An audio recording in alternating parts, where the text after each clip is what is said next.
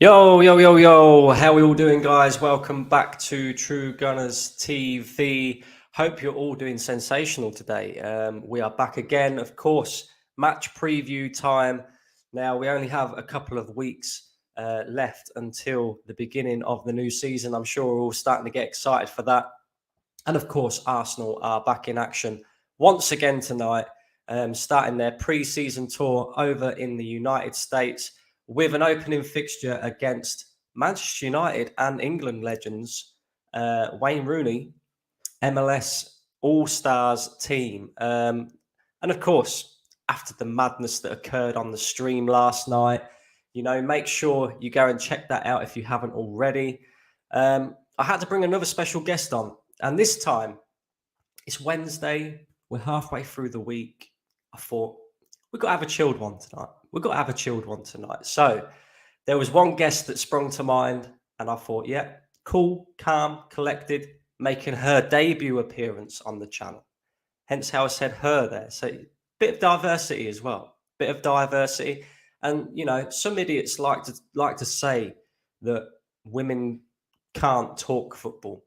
Well, this person here is probably one of the most knowledgeable Arsenal fans, let alone, lady Arsenal fans that I have ever come across. And I'm very, very pleased to introduce to you guys Jess. She knows Arsenal, of course. How are we doing, Jess? I am amazing. Thank you so much for having me on. And that was the best intro that I've ever gotten, even better than with Terry, and that's my boyfriend, so he needs to get it up, because that was amazing. That was so good. But thank you so much. Super excited to be here. Like you said, chill. It's preseason. These are the fun vibes before we get into the serious business. So yeah, let's do it. That's it. We got to enjoy it while we can. You guys will notice as well, I've gone for a little bit of a background change now. It's that. I'm gonna come into that one as well, because there's a reason behind it, of course. And we asked this question on the stream last night. Again, guys, make sure you go and check that out if you haven't already. Make sure you're hitting the like button. Make sure you're subscribing to the channel if you're new again, of course, and hit that notification bell so you never miss a stream and a video on the channel. But the first question I wanted to ask you, Jess, obviously you're out there in the United States, you're getting ready for the Arsenal game. What do you make of the new Arsenal away kit? Because there's a lot of controversy around this kit. A lot of people say they're not really keen, don't really like it. What are Adidas doing? And then there are other fans that I've seen that have said, actually, it's different. I quite like that. I quite rock with that. So what's your opinion on this one? I mean, I think it's definitely geared towards younger fans. I have this feeling that their thing was we're going to try to tap into the younger kids, because the older fans, they like traditional things. They just want to see red and white. They just want to see the normal patterns and stuff. And so obviously there's a meaning behind it. There's a meaning behind it. And I watched the video and stuff or whatever, and I was like, oh, okay, I get it. But it's kind of in your face. It's very aggressive, that bright yellow, the bright blue, and not, I was like, oh, this is a lot. So for me, it's definitely not my favorite. I actually think all of our kids this season are a little bit because last season's was so good, and this season it's a little bit oh man, but I'm gonna get it. So it's not like I'm not gonna buy it. I'm gonna buy it, because what if this ends up being like the bruised banana? I don't think people were into the bruised banana, but because we want things in it, then all of a sudden you give it a cute name and you're like, okay, this is it. And it becomes a cult classic. So I'm definitely going to buy it. But Adidas, yeah, this was definitely a miss of a season, I think, from their perspective. I get the meaning behind it, but yeah, it's a lot. What do you think? I kind of agree with you, to be fair. I don't think it's that bad. I would probably wear something like that, to be fair. I probably would wear something like that. Like you say, it's more geared up to the younger fans. So it's more that out there kind of style. I call it the lollipop lady kit, because we look like we're going to be, you know, standing in traffic, helping kids across the road and, you know, wearing that. Or I'm a little bit worried that we might be passing, you know, balls to stewards and all of that lot at the Emirates next season, getting them confused with the shirt and that. But at Yeah. least we don't have any pitch invaders, Jess. That's, you know, that's one of the main things. So, Yeah. but It's yes, one of those where it's like, I can understand why people like it, but I can also see why people hate it. But then I also don't understand going on and on and on about it. I think, you know, nobody forces you to buy kits. If you don't like it, don't buy it. But I feel like some people are like, it's like, okay, you don't like it. We heard you. Like, you know, it is what it is. It's just a kit. I guess for me, it's just a kit. It's not that deep. well, this is it. And I think, you know, like you just said, you made a great point there. You know, I think if Arsenal win something in it this season, regardless of whether you like the kit or not, people will be out there buying it, no doubt. Because a kit, it doesn't matter how nice a kit is. You know, it's all about winning trophies at the end of the season, and that's what you want as a football fan, and that's the aim of the game. So, you know, it doesn't really matter too much what your players are wearing. It's about what they do on the pitch. So I'm sure people will change their mind on this kit, especially if Arsenal are lifting a trophy wearing it, no doubt at all. So anyway, speaking of the MLS All-Stars, now, of course, Jess, you're from America. We know that. The skills challenge yesterday, you know, I quite enjoyed that, Jess. I kind of thought, oh, what's this skill challenge all about? But it was a little bit different. Do you know what I mean? And over there in America, they tend to have a little bit more fun than what they do over here in the UK. We're a bit more serious with, you know, football and things like that. So it was quite nice to see that we was actually doing something a little bit different yesterday. Mm-hmm. And of course, you know, there was a lot of controversy this morning, a lot of fans complaining. Kai Havertz's name was in everybody's mouth yet again. Oh, yeah. What's your thoughts and feelings on this, Jess? I don't know. I ordered food. I had a nice drink. I was sitting there. I was like, I was ready for my skills challenge because, like, I love stuff like that. It just reminds me of like growing up and playing, and those are the types of things we used to do. So, like, I loved it, but I knew that people would take it too seriously. Like, I knew it because that's just how football fans are. I was talking about like the difference between like football fans and soccer fans. Like, it's like live, breathe, die in England and stuff for it. So I could tell people were having a really difficult time with the silliness of it, the corniness of it, the ads, the this, the that. It's not traditional or whatever, but I thought it was very entertaining. I like seeing our players have fun. I like them to, it's rare that you get to see them in a competitive environment, but it doesn't hurt us, you know, so they can be a little bit competitive, but if they win or lose, it is what it is. And, you know, they look like they were really enjoying themselves. And I liked it. The minute Havertz did not score a single one of those, I knew we would wake up to pelters. Like, I just knew it. I was like, this is it. Because, I mean, Chelsea fans have been doing the same thing to Mount, where it's like the fail comps every time he, you know, I just knew it was coming and I'm prepared for it. To me, that's what rival fans do. That's it. That's what it is. The game is the game, right? But I don't take much from it because it's not a competitive match. It's not real. It's just, you know, fun and games and whatever. It's a little disappointing to see Arsenal fans like kind of freaking out about it, I think, because it's like we have to let him kind of like, if this is a player that you liked, you would give them time. I feel like if this is a player that you liked, you would give them time. You'd actually let them play a competitive match. If that had been Timber that did that, or, you know, anybody that, you know, Rice that had done that, I think people would be saying it's not serious. But because it's Havertz, it's like life or death. So for me, again, like, I didn't take it serious at all. But for something that nobody really knew about before, for it to be on Live Score, on Squawka, on ESPN, on everything, I was like, man, this is just, it is what it is. But this summer, we've been the most talked about team, no matter what, whether it's the signings, the kit, you know, the skills challenge, we're the most talked about. So anything that we do is going to be blown up.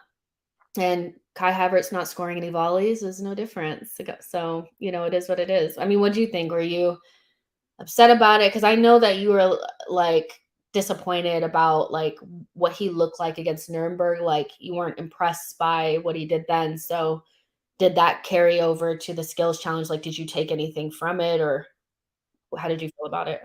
Not at all. Not at all. A skills challenge is just that, a skills challenge. It's not, like you say, it's not competitive. It's not going to tell you anything about where Arsenal are in terms of preparation for the season. We're going to see that in the game situations. In a skill challenge that's a bit of fun, it's great for viewers. It's great for the players to do something a little bit different. I don't take nothing from it, and I was absolutely shocked and gobsmacked this morning when I woke up and see Arsenal fans complaining online about Kai Havertz. But it's ironic for me, Jess, really, because obviously you see, what I said on the football terrace the other day about, Mikel Arteta's comments on Kai Havertz, and I was a bit worried about the fact that, maybe Arteta doesn't have as much of a plan as what we'd hoped he'd have for Kai Havertz, and all these fans that were absolutely pelting me for criticising Kai Havertz and criticising Arteta were the same fans that woke up this morning and went, Kai Havertz is terrible. Oh, we need our money back. Give us a refund. It's just, I don't know. Our fan base is so weird at times. It really is. But you really think Arteta, like, as of a perfectionist, like he had like a thick book full of like scouting reports on Declan Rice, like, and even like after like when the Declan Rice deal went through, they spoke about how like Kai Havertz and Declan Rice, those two deals were very much intertwined because Havertz doesn't work without Declan Rice. Do you really like genuinely believe that because Arteta said that we kind of have to see, how he does and where he fits in the best, but more importantly, they're looking at the relationships. Do you really think that he was basically saying, I don't know where to use Kai Havertz? Because that's not how I interpreted it. At the time, you interpret things in different ways, and then when you look back and then you kind of think about it a little bit more, and maybe I have a slightly different view on it now. Like people were saying in the chat, Arteta isn't going to, give away too much. He's not exactly going to come out and say, yeah, I'm playing him here. This is how we're going to set up. He's not going to do that. And I understand that. But I think what emphasized it more than anything else is I'm so skeptical about this Havertz signing. So skeptical. And I know, majority of the Arsenal fan base are the same. And a lot of them will sit there and say, look, back the player, back the player. Some Arsenal fans were saying, no, don't want him. He's never going to be good enough. And you see that this morning, when he was absolutely getting pelters by Arsenal fans from a skills challenge. But I just look on it and I think I want to back the signing. I want to back Mikel Arteta. He helped prove to me last season that he can be the man to, take Arsenal to where we need to be. So I want to trust in him. But when you look at the 3 seasons that Kai Havertz has had at Chelsea, we don't really know too much about where he's going to fit into the team. I think, most of us are guessing that he's going to go into that 8 role. It kind of like anything that Kai Havertz does now is going to be emphasised by Arsenal fans. I really genuinely think that. And anything that Mikel Arteta kind of says about Kai Havertz that could possibly be taken in, maybe the wrong way will be emphasised by Arsenal fans. So, I mean, I kind of fell into that trap a little bit, I think, and I do trust Mikel Arteta, and I do trust, that he's brought him in for a reason, and I'm hoping and praying that it works because obviously, I want Arsenal to win. But I'm still skeptical at the same time. Look, I mean, this is a huge risk that the club has taken, I think. And even like in all the reports from like the Athletic and stuff, they were saying that Arteta really pushed for the signing. Like he almost had to like convince Edu and the rest of the transfer team to buy him. So this is a huge risk that Arteta is taking. And so I would imagine somebody who's taking such a massive risk, an unneeded risk, by the way, it's not something we had to do, would understand exactly how they're going to use this player. But when he said what he said after Nuremberg, I actually thought what he said made sense because right now, all Kai Havertz needs to focus on is getting back to a place where he's playing at a high level, and then also the relationships and things like that with his teammates versus where is he going to play on the pitch, because he's so versatile. I think the relationships are actually more important than the position.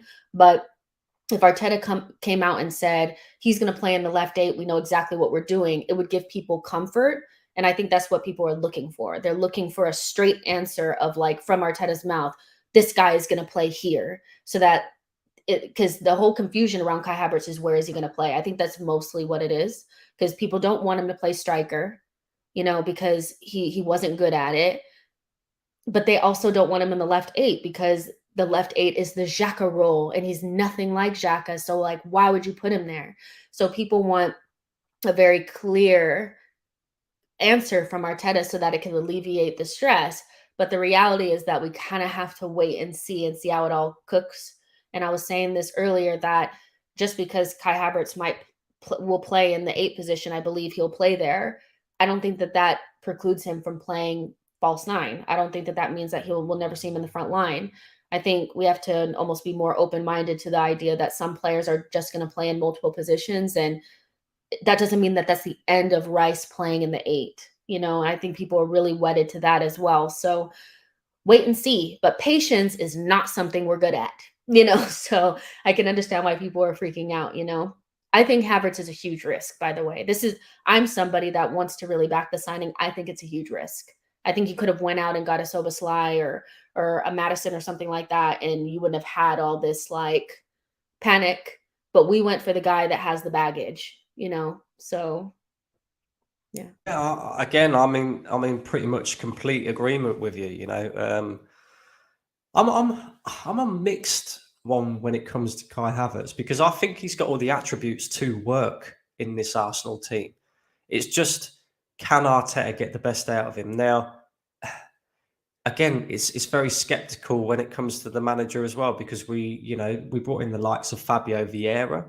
I know he needs time to settle. It's a new league, it's a new country, but we didn't really see the best from him last season. He didn't manage to get the best out of Nicolas Pepe, and he was brought in for 72 million. So there's a lot of questions, that need to be answered. I suppose, one thing that you could say is that this signing is quite clearly an Arteta signing. So you would hope that he knows how to use him. He has a plan. He has an idea on, on what he's going to do with Kai Havertz. And it's looking like, Jess, I don't know if the rumours are true, but it's looking like Thomas Partey is going to stay at Arsenal. That is excellent news to me, music to my ears, because it also means as well that we don't have to rely so heavily on this risky signing of Kai Havertz. You can play Partey in his traditional 6 role and maybe play Declan Rice in the 8. And then, you've got Kai Havertz there as kind of like cover, backup, super sub, whatever it may be. So maybe that will take the pressure off a little bit. What's your thoughts on the Thomas Partey saga? Because I see you saying, a few things the other day. Again, I'm in agreement with you, because, we look at the injury record of Partey, we look at the dip in form and that he had as well. Yeah. But we've also, he's probably arguably our best midfielder. Yeah, it's one of, I feel like this is the type of conversation that you need to have with, like, an open mind and probably a drink and, like, in a relaxed environment, because, like, Thomas Partey is one of those where there's so many different layers to him, where it can never be as simple as he's one of our best players. It can never be as simple as that, because I actually think him being one of our best players is one of the reasons why we haven't been as successful. Not because he's not an amazing player, but because he's kind of unreliable when we really need him, And so I think when you have a player that's, like, on 250,000 pounds per week and is considered your best player, like, you need that player to be able to play almost every single game. And this last season, he couldn't even play Europa League, which is probably another reason why we didn't do as well in that competition, because we had to almost baby him a little bit. When he went on international duty, he had to have a physio go with him. I thought that was strange. And so I thought at the very least, going into next season, he just could not be our most important player. And so the way that I thought about it was that Rice had replaced Thomas Partey. But what most people think is like, okay, well, Rice comes in and then Thomas Partey just goes down one peg. I don't know that that's how the club thinks of things. I don't think the club thinks, okay, well, since we brought in Rice, then Thomas Partey becomes the backup. I think Arsenal always had it where it was like you had your starter number 6, then you had the older guy, and then you had a guy like Sambi cooking underneath. And so that's why you saw the links of like Lavia, because he would be the Sambi, not a Thomas Partey replacement, because Rice would be replacing Thomas Partey if he were to go. So those conversations were difficult because I think people view Thomas Partey in a very high way. They really like him. They really think he's good, which he is. But there are clear reasons why you'd want to upgrade upon him, make sure there was somebody else there to play that position. But keeping him in the squad opens up many different opportunities, for Arsenal in different circumstances. It makes sure that if for some reason Rice's, injury record wasn't what we envisioned it to be, there's an elite number 6 there for us to utilize. That doesn't necessarily, our athleticism doesn't drop because, it's not Jorginho. Like you said, you can play Rice in the 8. So I can understand why it's such a relief to Thomas Partey to potentially stay. But what my argument to all of this was that, like, I feel deep down that Rice will play the 6 more often than not. And I can understand why Arsenal will be looking at a potential opportunity that a lot of us didn't see coming, which is Saudi Arabia wanting to pay crazy money for deadwood. And not that Thomas Partey is deadwood, but if a Saudi Arabian team was willing to offer you 45 million for Thomas Partey with 2 years left on his deal at 30 years old, you'd probably take it knowing that you have Jorginho behind him and Rice is going to play 99% of the games. So I don't actually think Arsenal were crazy to think this way or maybe look at the opportunity. But keeping Thomas Partey makes us so much stronger. And being in different group chats with rivals, they did not want that. That's what I'll tell you that for sure. They were like, is Thomas Partey going? Oh, he's going? Oh man, that's going to make you guys weaker. So at least from a footballing perspective, we know that this is probably the worst case scenario for rivals, which is probably the best case scenario for us. 100%. Couldn't agree with you more. I think Thomas Partey staying is a massive, massive, massive thing for Arsenal next season. I was kind of worried though, you said about like Rice being Thomas Partey's replacement and then maybe having a Lavia who kind of comes in and replaces Lokonga, the player that's cooking underneath type thing. I flipped and flopped in many directions with this Thomas Partey thing, because if you look at it from the club perspective, he's, injury prone. He let us down last season, an important moment towards the back end of the season. Can't be relied upon sometimes in the big moments. You're not going to offer him a new contract, like you said, 2 years left on his deal. He's 30 years old now, especially with his, injury record and stuff like that. So in the end, you're going to end up having to replace him long term. So I do feel like the club were, right to kind of look at that situation. But I do think, with the signing of Kai Havertz, who's already a risk, and then, taking the risk of selling your best midfielder and bringing in a young midfielder kind of to cook underneath Declan Rice, I think that would have been a huge risky move by Arsenal. Why are you acting like Jorginho doesn't exist? The thing is, Jess, a lot of people do that. We have conversations. I don't really rate Jorginho that highly. Oh. I don't rate him that highly at all. I just think Declan Rice coming in, great signing, excellent signing, Jorginho, let's just say, for example, Declan Rice, and there's nothing to suggest that this would ever happen because his injury record is impeccable. But so was Thomas Partey's, before he came to Arsenal. So let's say, for an example, because we've got to look at last season for an example. Declan Rice has 3 months out like Gabriel Jesus did. Can you trust Jorginho to come in and do the role that Declan Rice is doing and keep the level to the same standard as what we're going to see from the likes of Declan Rice, the likes of Thomas Partey?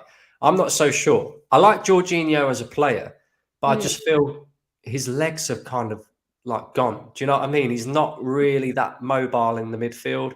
I think he's very good when he's on the ball, but in terms of the defensive side of things and the covering ground like what Thomas Partey and Declan Rice will do for Arsenal, I don't really see that with Jorginho, and that's why I kind of feel, you know, about the Jorginho thing. Here's my devil's advocate type of thing to all of this, right? So even though I completely I completely agree that Jorginho does not give you the same thing as Rice because of the physical aspects of the two players are just completely different. But there's like literally no team in Europe that has two elite number sixes. They just don't, and there's a reason for that. Usually the number six that like you really rely upon, your Rodri, your Busquets, your Casemiro, they play every game, every competition. And so I think that's a really important part of like this entire conversation because like if Partey, I think, is the guy that we thought he was, then we wouldn't have spent 100 million on Declan Rice.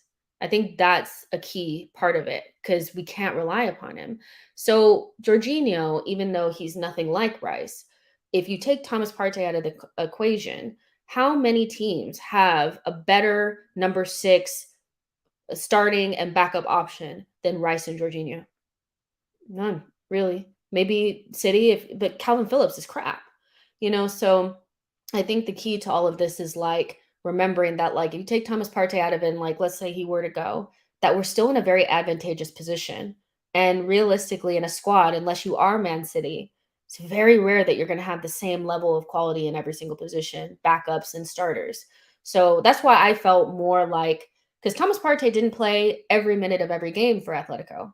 He actually was managed. He was a part of the squad, but he wasn't as important as Koke and Saul.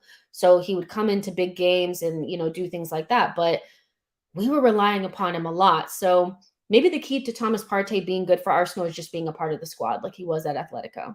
And that's the best case scenario for everybody, Yeah. Yeah, I agree. I do think, Thomas Partey can't be relied upon as heavily as what we maybe want. And I think you will see that this season. There will be games where Thomas Partey doesn't start for Arsenal. And, Declan Rice gives us that flexibility in the midfield. He can play the 6, he can play the 8. I'm interested to know, Jess, do you think Declan Rice will get to see him tonight? Do you think he'll start the game tonight, maybe?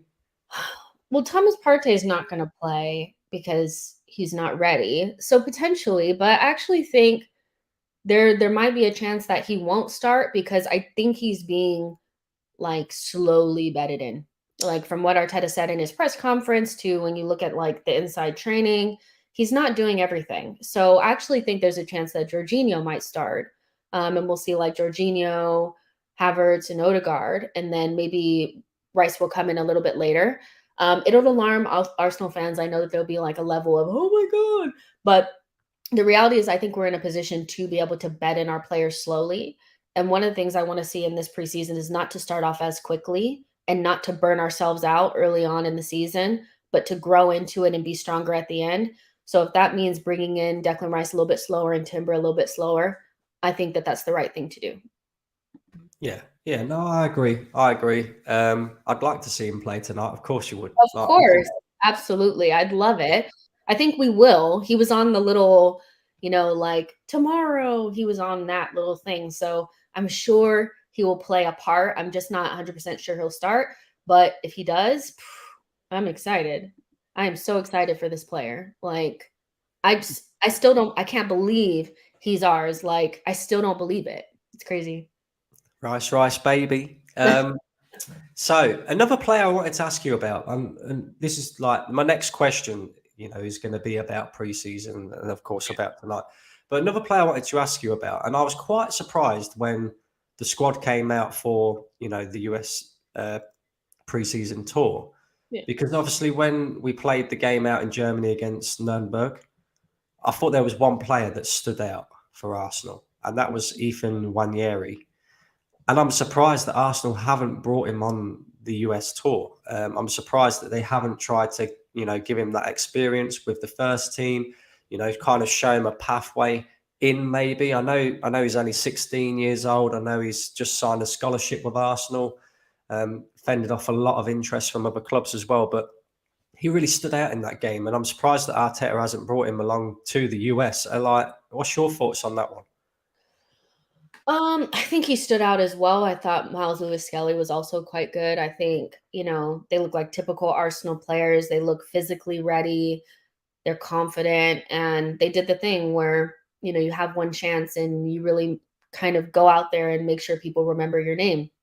And that's why people wanted to see them on the rest of this tour.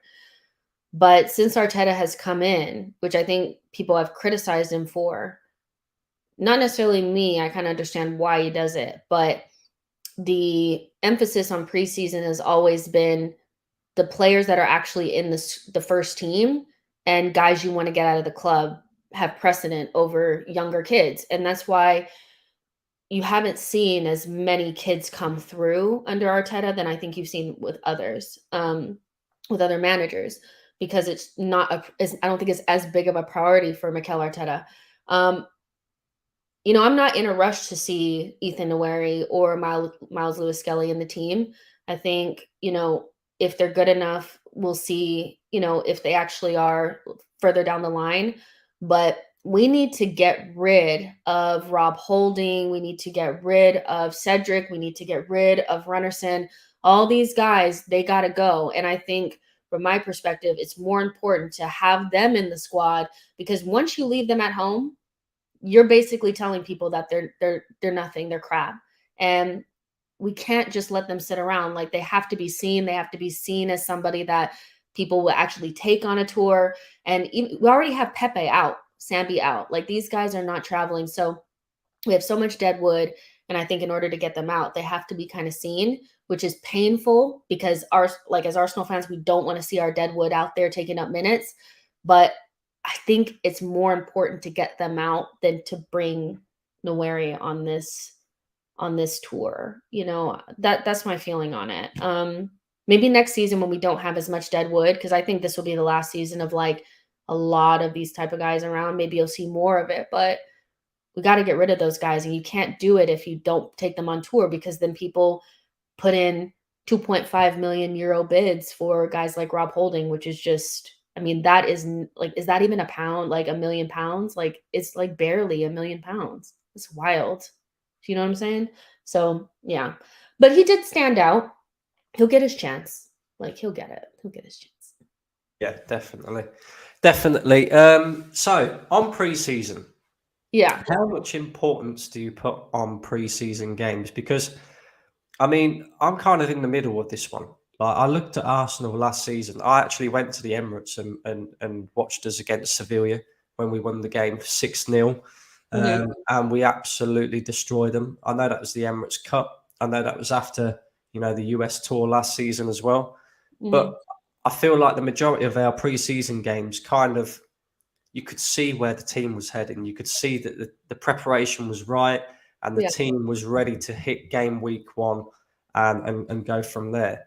How much importance do you put on preseason fixtures? Do you feel like it's important that you get not necessarily the results, but at least the performances from the players?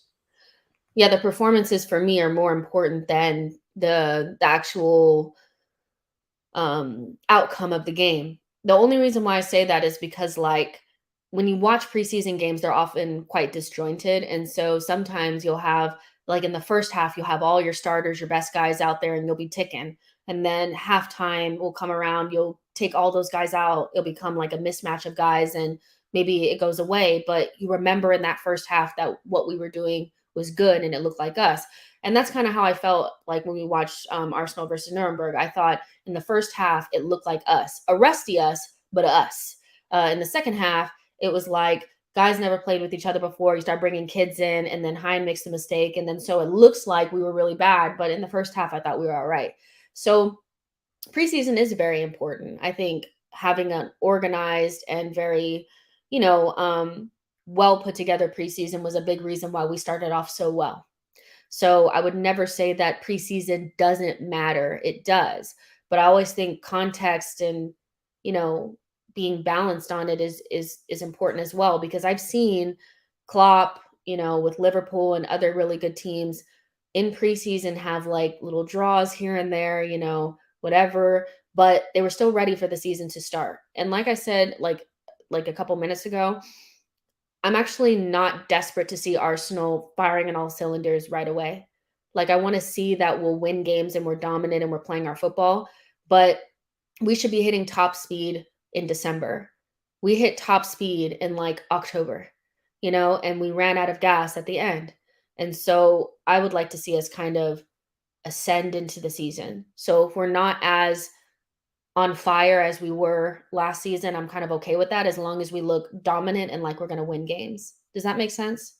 Yeah, yeah, yeah. No, I agree with you as well. You see it with Manchester City. They tend to start maybe not as quick as what they, do towards, the middle to the end of the season. The end of the season last season, it was just a joke, really. The form that they put together was ridiculous. So I suppose you're right. That's kind of the route that Arsenal have to take a little bit.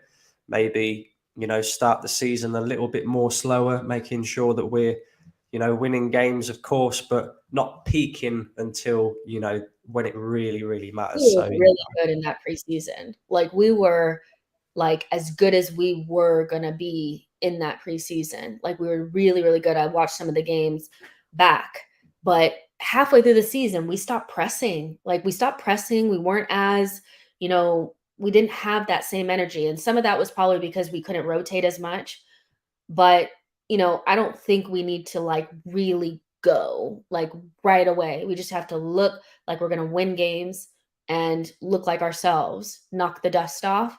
And so we'll get to see kind of where the team is, I think, a little bit more tonight. But the game that I'm kind of looking at as like, okay, this is when we need to start kind of seeing where we're at is Manchester United for sure. That's going to be a really good test. I think they've looked decent in their preseason so far. So when we get to Manchester United, whether we win or lose, like I just want us to look like us, if that makes sense. Because yeah. yeah, then we have a couple more games. But I like the games that we have. Like we're playing against decent opposition. By the time we get to the Community Shield, we should be playing. We should be there. You know, I think I'm glad we're gonna play them early. Are you? Some people are like, I don't know if I want to play Man City so early, but I kind of feel like it might be good. Yeah, maybe. I mean, it's a charity game, isn't it? It's a charity game, but it's good to get a good feel of Manchester City. I mean, like them so far in this summer transfer window, they've lost a lot of important players, really. Mahrez is looking like he's going to move to the Saudi league. They've lost Gundogan, their captain. Looks like Bernardo Silva might be on his way out as well. I'm going to throw it out there. Maybe Manchester City might go for a little bit of a transition next season, and we can see Arsenal finally lift the Premier League title for the first time in 19 years. But there's hope there, Jess. There's hope. Another player that I wanted to ask you about, following Balogun. Firstly, what did you make of his performance out in Nürnberg? Of course, I thought, personally, I thought he was, in terms of his movement, was really, really good. Really, really good. Of course, his finishing was a little bit off, missed three big chances, but you can see what he offers to the Arsenal team. So, yeah, firstly, what did you make of his performance out in Germany? And then second question is, do you think he will remain at Arsenal, or do you think we will actually cash in on him? Um, so like I rate Balogun, I think he's a really good player. So I wasn't really surprised to see like the movement and stuff like that. I knew like he's a very impactful player. Like he makes a difference. Like you can see like his runs are really good. He pops off the screen. Like he's one of those types of guys. And he looks really dangerous. But nothing really changed my mind in that game. I think everything kind of remained the same. He's a really good player. And he has a really good future ahead of him. I understand players wanting to take their own like careers into their hands. I actually really rate that. But I don't get the same feeling about Balogun that I did about William Saliba. And, Saliba was one of those guys where it was like he has to come back and he has to come to Arsenal. Like he has to, he has to, he has to. There's no other way. Like there's no other option. Arteta needs to make this work. He needs to, do whatever. He needs to get this guy to stay. Because the guys that you're going to try to get to have to replace him are going to be guys like Fofana, and he costs like 80 million, and he's nowhere near as good as Saliba to me. So it was imperative that we got Saliba because he's like a once in a lifetime type of talent. Like the last time we had a really good center back like that, it was like when Sol Campbell was here. That's a very long time to have to wait for another like star center back. I don't feel that way about Balogun. I don't feel like I'm looking at a Harry Kane. I don't feel like I'm looking at that. So I'm okay with him going as long as we get a good fee. If he doesn't want to be here, if he was desperate to be at Arsenal and he was willing to take a role where he had to fight for his position, then yeah, you keep him. Of course you do. But he seems like he has his mind made up, that he feels like his career is elsewhere. So as long as Arsenal get 40 million for him, or maybe a little bit less, but they have the buyout and the sell-on clause, I'm okay with it because there's levels to talent. And as good as Balogun is, we're gonna buy a big striker next summer. I know we are. So I'm not that stressed about Balogun being here or not. Yeah, I know people don't like that because it's like he's Haaland and all this kind of stuff, but yeah, there's levels to the talent, in my opinion. Again, I've got mixed feelings on this one. I'm going to give it to Arteta, right? Because he has got some big decisions to make in this summer transfer window. Big decisions. And they're not easy decisions to make either. By the way, 150 people watching and not even 50 likes. Come on, guys. Get that like button hit. And of course, the subscribe button as well. If you by some miracle not subscribe to Jess's channel as well, make sure you go over to that. She knows Arsenal, and subscribe to Jess's channel as well. On the Balogun one, I don't know, Jess. I just look at it and I feel like, okay, maybe he's not the ready-made striker right now. He's definitely got talent. We see that out in France last season. I look at his attributes and I look at what he can offer us as a team. Now, I'm not expecting him to be the starting striker.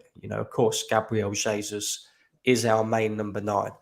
But I do feel that this team needs something different, something where, you can bring on a striker that can offer you different attributes to Gabriel Jesus, to Eddie Nketiah. I look at Eddie Nketiah last season. He did well in the period where, Gabriel Jesus was out injured and he scored some important goals. But when you look at the way that they play and the way that they want to play, I feel they're very, very similar. Whereas as Balogun, I look at him and he's tall, he's physical, he scores all types of goals as well. Head, he's not just like a fox in the box, kind of like what Eddie Nketiah is, in my opinion, And okay, he's not the ready-made thing, but are we making a mistake selling him this summer? Maybe, we should give him an opportunity this season. I'm not even saying, necessarily sell Nketiah, but, just try and give Balogun a bit more of an opportunity. Maybe you get more money for him next summer if we're looking to bring in a big name striker. But I just feel like if we go again with Jesus and Nketiah, I don't know. I think we're going to have a few issues, Jess, to be honest with you. Would you be willing to give Balogun a starting position in order to keep him? Because that's what he wants. He wants to be the guy, the main guy. Would you tell him, like, I'm going to start you? Are you that confident in him? Because, like, I think that's the gray area here, is that I think Arsenal would be willing to keep him in the squad and let him fight for his position. The problem is he doesn't want to fight for his position. He wants to go to an Inter or somewhere like that where they're going to say you're the number 1 guy. And in most teams, when you really think about it, the number 9 is kind of the number 9. Most teams, they have a striker. There's the main guy that plays down the center, and then you have some sort of backup. So the idea that, like, one day we're going to play Jesus and then the next time we're going to play Balogun and the next day we're going to play Trossard, I don't really know if that's realistic. We have options, but realistically, he's going to be a backup, and I don't know that that's what he wants. No, I agree. I mean, it all depends. Again, we don't know what is being said behind closed doors. We're kind of guessing here. If it's a case of I want to be the main man. If you do not let me be the main man, then I'm off. Then Yeah. it is bye-bye Balogun. You know, he's Yeah. got to understand he's still a young man. He's gone over to France. He's kind of proven himself over there, but France is not the Premier League. You know, it's not. And you can't just come back and say, I want to start ahead of a Premier League proven guy who's won stuff at a previous club in Gabriel Jesus.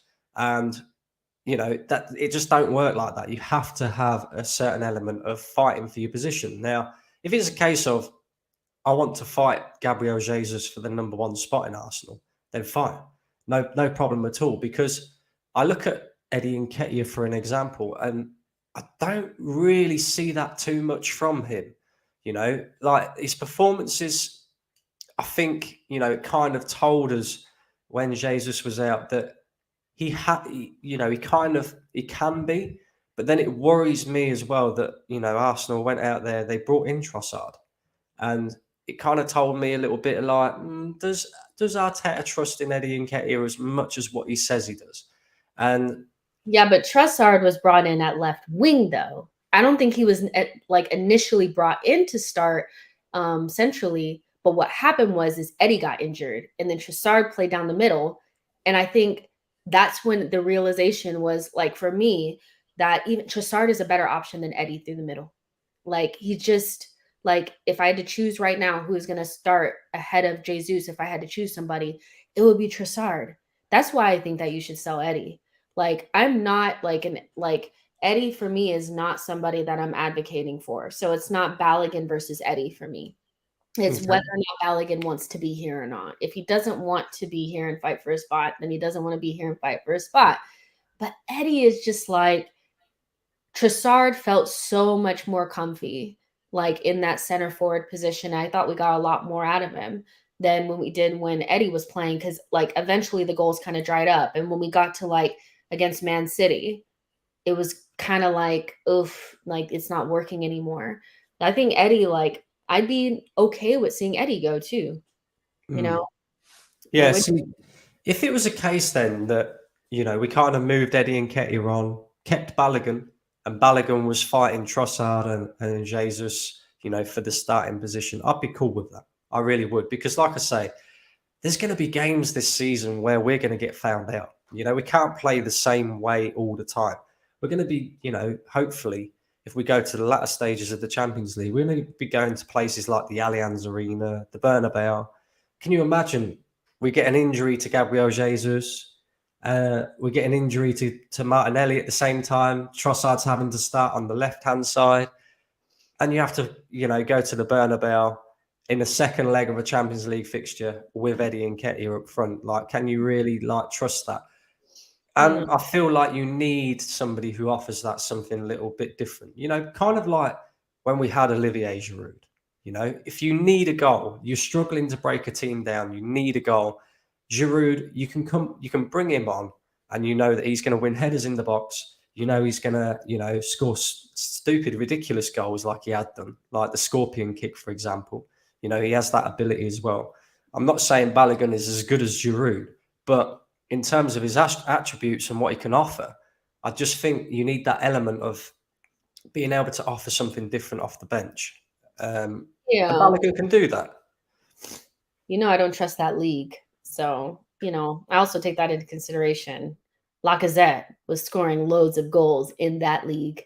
So, when people are like, well, Balogun is a 20-goal season striker, I'm like, but he's not, though, because he's not in the Premier League. So there would be risk, I think, involved too, relying upon him. But, I think Arsene Wenger said it best, was like, when the guy that's there isn't playing well, the guy that's not there seems world class. And I think we should be a little bit careful about believing the hype around Balogun.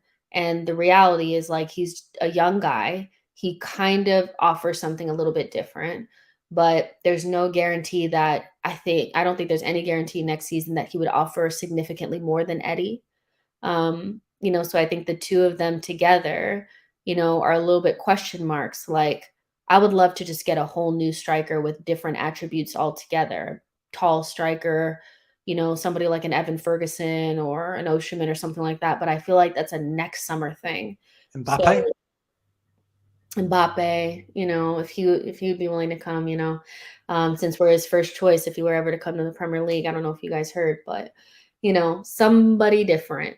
But in the meantime, I'm comfortable with what we have, even though I know others are not. Like I know others are very like wanting that other striker signing. I actually think we'll be fine, but we may have a conversation later on in the season and you're like, I told you so, we're going to get found out, and then I'll be like, I was wrong about it, so we'll see. No doubt we'll have a few conversations this Yeah. season. Let's bring it back to obviously tonight's game then. The final point that we're going to make, guys, make sure you're slapping them likes, make sure you're hitting the subscribe button, go over to Jess's channel, show some love as well. Of course, Jess, you're out there in LA. You've left Terry at home, yeah, even though, as everybody likes to say, he's a secret Arsenal fan. Clearly not, because he didn't go. You've left Terry at home. You're out there to watch the Arsenal. What's your score prediction for tonight? I know it's only pre-season, but I don't. Oh my gosh, I don't even know. Because I don't even know who we're gonna play. But I feel like we'll win. I feel like it's like a 3-1 type situation. I would love to see Arsenal keep a clean sheet. I think that is something I'm desperate for. Even in preseason, I just think we've become so lax when it comes to defense. I think we make way too many individual errors. I watched the season review back that was on YouTube from Arsenal, and the amount of individual errors was actually shocking. So I would love to see a clean sheet, like a 3-0 or something like that. But because it's an all-star game, and I think there'll be some moments where we'll have some guys out there that are not as great, I probably feel like a 3-1. I can almost guarantee you that Denny Bawanga is going to score against us. I can bet it. He's so good. I know he's in the MLS, but you guys saw him in the skill challenge. The guy he's legit. So I would go 3-1, something I could probably hazard the bet that Benteke will score against us as well. He seems to like scoring against Arsenal. He was so bad in the skill challenge thingy, but he was trying really hard. He was bad in the initial one, the just shooting one. He was bad in the volley one too. He was so bad and he was trying so hard. It's crazy, Not just Kai Havertz then, guys. Not just Kai Havertz. Not just Kai Havertz. I really don't think he was trying that hard. But, nevertheless, they will I would hope that we could keep a clean sheet, but I think they will score, and I think it'll be Denny Bawanga. But I would love to see just a really good attacking performance from us. I would love to see Saka or even Jesus get on the scoreboard, somebody like that, and just score multiple goals and look comfortable. That's it. And nobody get injured, because one of my fears is just they're midway through their season. We're kind of starting off.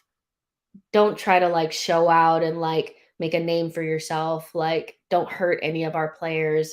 None of that. I don't know if you remember, but Bayern Munich had come to America to play the All-Stars years ago when Pep was the coach.